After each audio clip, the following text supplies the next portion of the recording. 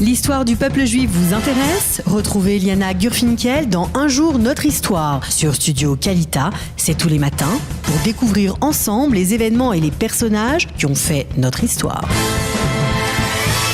Boker Tov Daniel, ah non vous n'êtes plus là, Boker Tov à tous les auditeurs. Alors ce matin, comme tous les matins, on se retrouve pour un autre épisode d'Un jour notre histoire.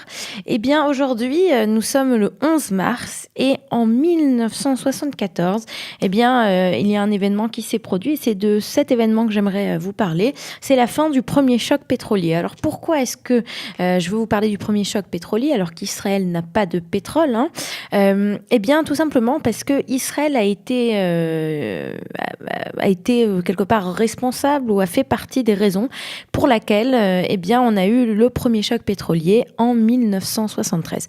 Alors il faut repartir en arrière, nous sommes déjà en 1971, on a un pic de production du pétrole des États-Unis, ce qui signifie que les États-Unis produisent eh bien le maximum de leur production et à partir du moment où on a eh bien ce pic qui est atteint, on va automatiquement avoir eh bien le prix du pétrole qui va commencer à monter. Et puis les choses s'accélèrent tout simplement en octobre 1973 puisque la guerre de Yom Kippour se déroule. Donc on est le 6 octobre 1973, c'est un Shabbat, le jour de Yom Kippour, le jour le plus sacré de la tradition juive.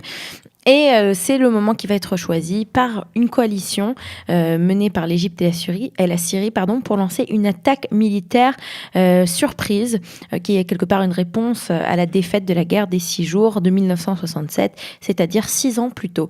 Alors c'est l'Égypte, la Jordanie, la Syrie et l'Irak qui attaquent... c'est la Syrie et l'Égypte qui attaquent Israël. On a d'un côté une attaque dans la péninsule du Sinaï, de l'autre côté une attaque sur le plateau du Golan. On a une offensive éclair qui va déstabiliser dans un premier temps Israël, mais l'armée israélienne réussit à rétablir la situation. Et il faut le dire, on a un moment de pause après 3 semaines de bataille et on va avoir une aide militaire américaine qui va arriver par pont aérien à partir du 14 octobre 1973 qui va permettre à l'État hébreu de se débloquer d'une situation critique. Et il faut savoir que la réaction arabe ne va pas tarder à arriver et les Arabes sont particulièrement énervés par le fait que les Américains ont aidé Israël. Alors le 16 et le 17 octobre 1973, on est en plein milieu de la guerre de Kippour, on a les pays arabes, membres de l'OPEP, donc de l'Organisation des pays pétroliers, qui va se réunir au Koweït et qui décide d'augmenter de façon unilatérale de 70% le prix du baril de brut et de réduire la production pétrolière mensuelle de 5% jusqu'au moment où on aura une évacuation des territoires occupés et la reconnaissance des droits des Palestiniens. Un peu plus tard, le 20 octobre, donc 3 jours après la première décision, Faisal, lui, va décider de faire un embargo total sur les livraisons destinées aux États-Unis puis aux Pays-Bas, État qui, entre guillemets, soutiendrait Israël. L'embargo ne sera levé que 5 mois plus tard, comme je vous l'ai dit, la date d'aujourd'hui, en mars 1974, mais la sanction économique reste. Alors, ce qu'il va se passer, tout simplement, c'est qu'on va avoir une hausse des prix très importante. On va passer sur le marché, on va très rapidement avoir un baril qui va monter de 3 à 18 dollars en quelques semaines. Et ce qui va se passer, c'est que ça va peser lourd sur le monde entier. On va avoir une véritable panique puisque les prix ne font que poursuivre leur ascension vertigineuse. Ils vont quadrupler à la suite des augmentations d'octobre et de décembre. Et les pays consommateurs ne savent pas très bien comment réagir. On a une réaction assez désordonnée. Chacun cherche à tirer son épingle du jeu. Et même l'Agence internationale de l'énergie, qui a été créée à cette occasion, n'est pas en mesure d'établir un certain ordre.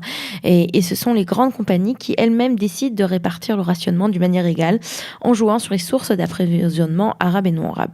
Alors, il faut le dire, cette période n'est pas très facile pour Israël. D'abord parce que l'État d'Israël vit une guerre qui est peut-être la guerre la plus difficile que l'État a vécue. Alors, si on regarde en 1973, l'État d'Israël un tout petit peu plus de 20 ans, un peu plus de 30 ans, pardon.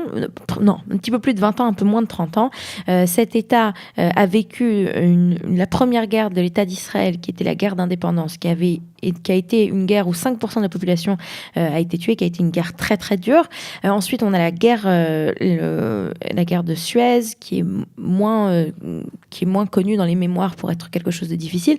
Mais on a ensuite la guerre des 6 jours, qui est une guerre presque, c'est miraculeuse. Et c'est juste après cette guerre miraculeuse qu'on a cette guerre qui va surprendre les Israéliens, la guerre de Yom Kippour, où plus de 3000 soldats vont être tués, ce qui est un nombre très important, mais ce ne sont pas seulement plus de 3000 soldats qui sont tués, ce sont aussi des dizaines, voire des centaines de soldats qui sont blessés, qui deviennent handicapés.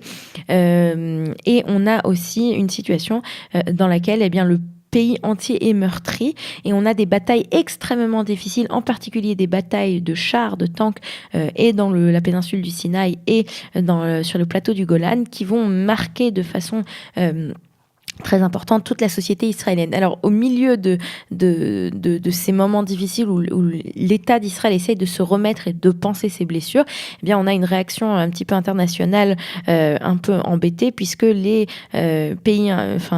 Israël serait donc responsable de la hausse des prix. Après avoir été attaqué le jour de Yom Kippour, elle est aussi responsable de la hausse des prix, donc ça fait un petit peu beaucoup. Mais pourtant, donc ce choc pétrolier qui a eu lieu à la date d'aujourd'hui, il se termine et on a la décision de l'OPEP, donc des pays pétroliers, de rebaisser un petit peu les prix, de rebaisser le prix du baril, et c'est ainsi que cette crise va se terminer de la sorte, alors qu'un autre choc pétrolier, lui, se fera en 1979, et il faut rappeler que le premier choc pétrolier, donc celui qui avait débuté, qui a pris de l'ampleur au moment de la guerre de Kippour, se fera sentir jusqu'en 1978. Voilà, alors c'était pour aujourd'hui, pour Un jour notre histoire. On va passer une petite page de musique et ensuite je vous dirai la suite des programmes avec Cathy Chocroun. À tout de suite. Vous aimez l'histoire juive ? Retrouvez Liana Gurfinkel dans Un jour notre histoire sur Studio Kalita, c'est tous les matins, pour découvrir ensemble les événements et les personnages qui ont fait notre histoire.